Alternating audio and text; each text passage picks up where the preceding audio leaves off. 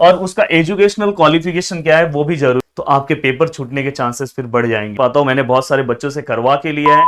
दोस्तों गिरी डूडल के इस प्लेटफॉर्म पे आपका बहुत बहुत स्वागत है। आज से हम राइटिंग स्किल और ग्रामर की सीरीज शुरू करने जा रहे हैं और बस इस सीरीज के ऊपर आप जितना सपोर्ट दिखा सकते हो उतना सपोर्ट दिखाओ, जिससे मैं सभी के सभी नए वीडियोस भी आपको प्रोवाइड कर सकूं। तो दोस्तों यहाँ पे विज्ञापन लेखन का आज हम टॉपिक देखने वाले हैं और ये टॉपिक दोस्तों पूरा का पूरा बोर्ड रूल के अकॉर्डिंग देखेंगे और ये 7th 8th 9th 10th सभी स्टूडेंट के लिए बहुत ज्यादा हेल्प करेगा। इसलिए आपके जो भी दोस्त होंगे 7th 8th 9th 10th वहां तक इस वीडियो को पहुंचा दो, जिससे मैं बहुत ही इजी तरीके से बहुत सारी अच्छी चीजें आपको लेकर आऊं। और मेरे वीडियोस देखने के बाद दोस्तों बहुत सारे बच्चों ने अबव 95 मार्क्स स्कोर किया था लैंग्वेजेस के अंदर, और वो आप मेरे कमेंट में चेक ही कर सकते हो। बहुत सारे मेरे लैंग्वेजेस के जो ग्रामर के वीडियोस हैं, राइटिंग स्किल के वीडियोस हैं, तो इसलिए आप ये सब चीजों को ऑलरेडी मैंने भी मेरे लाइफ में अचीव किया है, इसलिए मैं यहाँ पे बहुत सारी चीजें प्रोवाइड कर पाता हूँ। मैंने बहुत सारे बच्चों से करवा के लिया है, तो यहाँ पे जो चीजें मैं बता रहा हूँ, अगर आपका हिंदी इंग्लिश मराठी अगर कोई लिखने में आप बहुत सारा मिस्टेक कर रहे हो फिर भी आप बहुत अच्छे मार्क्स स्कोर कर सकते हो। चलो वन बाय वन स्टार्ट करते हैं। तो दोस्तों अगर कोई भी अगर विज्ञापन आता है तो विज्ञापन में आपको सबसे पहले चाहे कितना भी डिफिकल्ट सब्जेक्ट आ जाए, आपको क्या करना है, यहाँ पे टाइटल याद रखना है कि मुझे उस विज्ञापन का क्या करना है, टाइटल लिखना है। आप एक दो विज्ञापन का प्रैक्टिस कर लोगे तो अपने आप आपको टाइटल लिखने आएगा। अब दोस्तों यहाँ पे आपको क्या करना है, सब टाइटल लिखना है। मतलब कभी कभी किसी किसी विज्ञापन में सब टाइटल होगा या तो उनका कुछ थीम होगा, तो आप यहाँ पे लिख सकते हो। यहाँ पे आप कोई कोट्स लिख सकते हो उस विज्ञापन से रिलेटेड। यहाँ पे आपको क्या करना है दोस्तों, विशेषताएं लिखना है। ये ऐसे विशेषताएं एक बार प्रैक्टिस कर लो, अगर आपने ये वर्ड्स लिख दिया तो समझ जाओ कि जो पेपर चेकर है वो खुश हो जाएगा। और वहां पे कम से कम 4 विशेषताएं तो आपको लिखना है। जैसे कि अगर समझो कहीं पे भी अगर जैसे कोई हॉस्पिटल है, अगर उसका आप विज्ञापन बना रहे हो तो वहां पे जो भी वहां पे डॉक्टर्स हैं बहुत अच्छे हैं, तो उनसे रिलेटेड आप लिख सकते हो, वहां के टाइम से रिलेटेड लिख सकते हो। इवन वो हॉस्पिटल संडे के दिन भी ओपन है तो वो आप लिख सकते हो। और दोस्तों विज्ञापन में एक पार्ट सबसे ज्यादा इंपॉर्टेंट है, संपर्क का।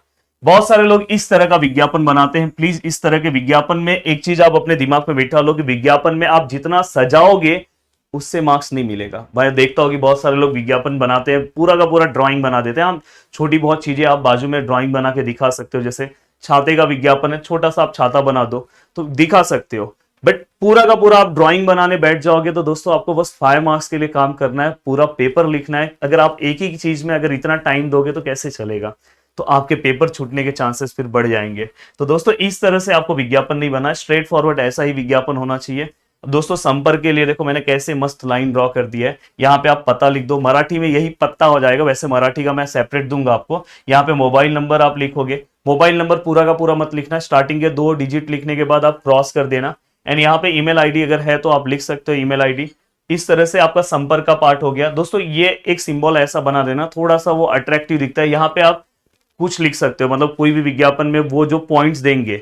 वैसे तो मैं एक क्वेश्चन भी आपसे सॉल्व कराने वाला हूं कि विज्ञापन में क्या क्या, अगर वो क्वेश्चन कैसे पूछते हैं और उसका आंसर आपको कैसे देना है। और अगर उन्होंने कुछ पॉइंट्स नहीं दिया तो यहाँ पे आप जैसे हॉस्पिटल का विज्ञापन है तो समय लिख सकते हो कितने से कितने, और कभी कभी लिखा रहता है ना रविवार बंद है तो रविवार बंद लिख सकते हो। या तो समझो कोई हमें कहीं पे डिस्काउंट दिया जा रहा है तो उससे छूट लिख दो कि कितने % छूट है, वो सब आप यहाँ पे लिख सकते हो। तो ये सब पॉइंट्स आपके पूरे के पूरे अगर कवर हो रहे हैं तो आप समझ जाना कि आपको 4.5 या तो 5 मार्क्स आराम से आप स्कोर कर सकते हो।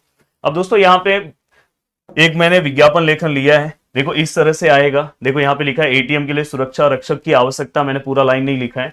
इन्होंने कुछ पॉइंट्स दिए, कालावधि, आयु सीमा, और यहाँ पे संपर्क, और यहाँ पे शैक्षिक योग्यता। तो दोस्तों यहाँ पे ये जो जितने पॉइंट्स है, अगर इनकेस अगर आपको एक आध पॉइंट नहीं समझ में आया तो भी पर ये पूरे के पूरे पॉइंट्स आपको कवर करना है। अब इससे तो ये समझ में आया कि एटीएम के लिए सुरक्षा रक्षक चाहिए। तो देखो नहीं समझ में आया तो मैंने ये पूरा का पूरा पॉइंट अपना टाइटल डाल दिया, एटीएम के लिए सुरक्षा रक्षक।